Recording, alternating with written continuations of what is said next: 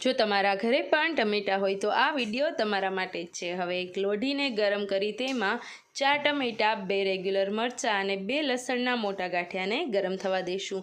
એકદમ સરસ રીતના શેકાઈ જાય અને છાલ ટમેટાની ઓટોમેટિક ઉખડતી જાય ત્યાં સુધી તેને રાખવાનું છે। ત્યારબાદ શેકેલા ટમેટાની છાલ, લસણને ફોલી અને મરચાંમાં પણ ઉપરનો જે દાંડલાનો ભાગ હોય અને બીને દૂર કરી લઈશું।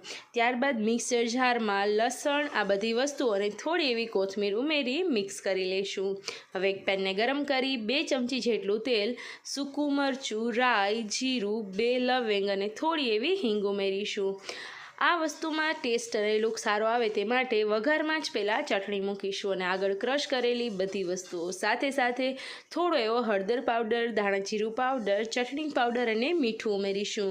થોડીવાર સરસ રીતના સોતે કરીશું। તો તૈયાર છે આપણી ટમેટાની એકદમ ચટપટી એવી ચટણી।